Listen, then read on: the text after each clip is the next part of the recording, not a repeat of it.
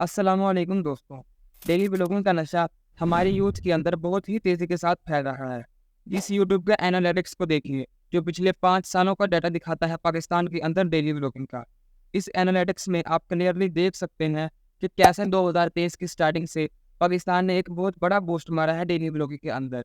इसका अंदाज़ा आप इस बात से भी लगा सकते हैं कि हमारे पाकिस्तान में 70 से 80% देखा जाने वाला कंटेंट डेली व्लॉगिंग है। सिर्फ पाकिस्तान में ही नहीं, बल्कि इंडिया में भी डेली व्लॉगिंग बहुत तेज़ी के साथ फैल रही है।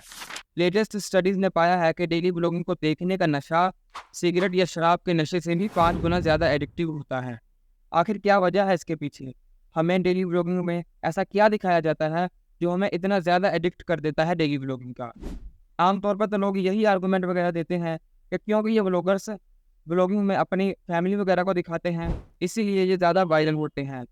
लेकिन इस वीडियो में मैं आपको इन सब पॉइंट्स से हटकर एक्चुअल रीज़न बताने की कोशिश करूँगा कि डेली व्लॉगिंग क्यों एडिक्टिव होती है। तो आइए आज की इस वीडियो में जानने की कोशिश करते हैं व्लॉगिंग एडिक्शन के पीछे की psychological science. Oh my god! Ew! Ew! Ew! अस्सलामुअलैकुम सभी वेलकम। रात के 9 बज रहे हैं और हम जा रहे हैं।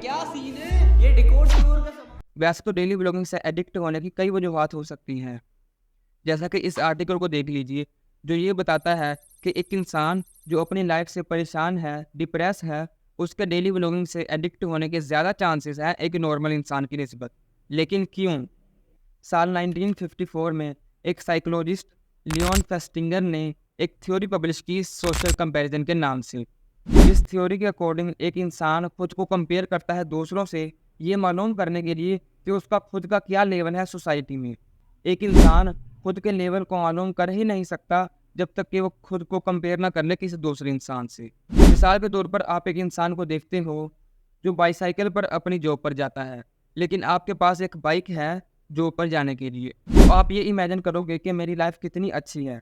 लेकिन दूसरी तरफ अगर आप किसी ऐसे इंसान को देख लेते हो जिसको जॉब पर जाने की ज़रूरत ही नहीं है, बल्कि उसका अपना एक बिजनेस है और उसके पास आपसे भी अच्छी बाइक है, तो आप ये इमेजिन करोगे कि मैं कितना अनलकी हूँ, काश मेरे पास भी ये सब कुछ होता।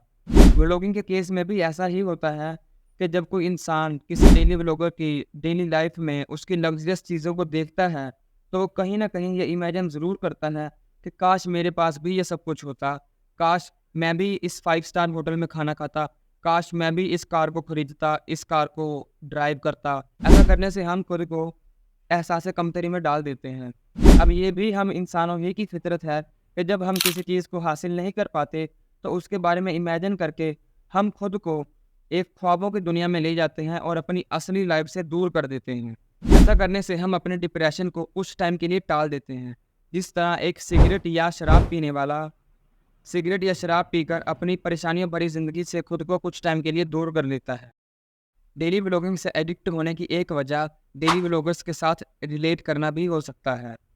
अब ये भी हम इंसानों ही की फितरत है कि हम खुद को रिलेट करते हैं दूसरों से। खुद को दूसरों से रिलेट करके हम ये फील करते हैं कि हम अकेले ही नहीं हैं दुनिया में। फिजिकली दूसरों से रिलेट करके हम अपनी लोनलीनेस को दूर करते हैं और ऐसा करने से हमें खुशी भी महसूस होती है। और ये खुशी हमारे लिए और भी ज़्यादा बढ़ जाती है जब हमारा रिलेटेबल वो हो जिसे हम पसंद करते हैं। मिसाल के तौर पर जब हम किसी डेली व्लॉगर को देखते हैं, तो ज़ाहिर सी बात है कि वो हमें अच्छा भी लगता होगा।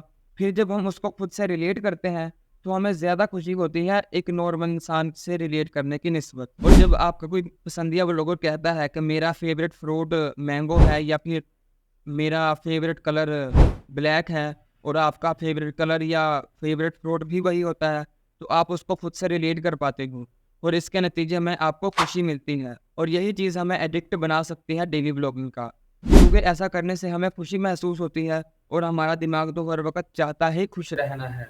नाजरीन, डेली व्लॉगिंग से एडिक्ट होने की तीसरी वजह क्यूरोसिटी भी हो सकती है। सोच कर देखें कि आपके डेली व्लॉगर्स के थंबनेल्स कैसे होते हैं।